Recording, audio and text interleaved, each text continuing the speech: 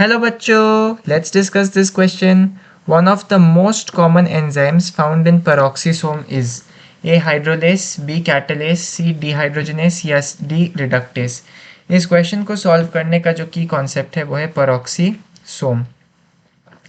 Peroxisome एक microbody है, एक तरह का माइक्रोबॉडी है और ये जो पेरोक्सीसोम है इसकी जो मेन फंक्शंस है वो है breakdown of lipids, amino acids और आप यूरिक एसिड, ऐसे कुछ चीज़ों को ये ब्रेक डाउन करता है। लेकिन इसका जो बहुत ही इम्पॉर्टेंट फंक्शन है वो है break down of hydrogen peroxide, जो कि टॉक्सिक होता है सेल के लिए। Break down of hydrogen peroxide, तो ये जो हाइड्रोजन पेरोक्साइड है ये बहुत टॉक्सिक होता है सेल के लिए।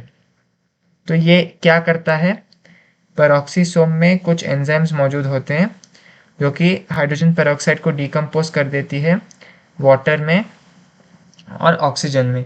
तो यहाँ पर एक एंजाइम काम करता है और उस एंजाइम का नाम है कैटालेस। तो ये जो कैटालेस एंजाइम है वो बहुत ही ऊंची मात्रा में दिखता है पेरोक्सीसोम के अंदर, क्योंकि ये इस इम्पॉर्टेंट रिएक्शन को कैटालाइज करता है। तो पेरोक्सीसोम जो कि एक टाइप का माइक्रोबॉडी है, breakdown of lipid, amino acid और यूरिक एसिड में इन्वॉल्व्ड है। लेकिन ब्रेकडाउन ऑफ हाइड्रोजन पेरोक्साइड भी इसका एक मेजर रोल है जो कि सेल के लिए टॉक्सिक है।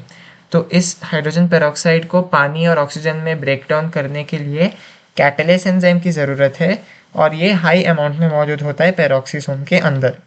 तो चलिए ऑप्शंस देखते हैं। ए हाइड्रोलेस गलत, बी कैटालेस ठीक है, सी डिहाइड्रोजनेस गलत, डी रिडक्टेस भी गलत। ये जो हाइड्रोलेस, डिहाइड्रोजनेस और रिडक्टेस है ये तीनों भी मौजूद है पेरोक्सीसोम के अंदर, लेकिन कैटालेस बहुत ही हाई अमाउंट में मौजूद होता है, बाकी तीनों इतने हाई अमाउंट में नहीं दिखते हैं पेरोक्सीसोम के अंदर।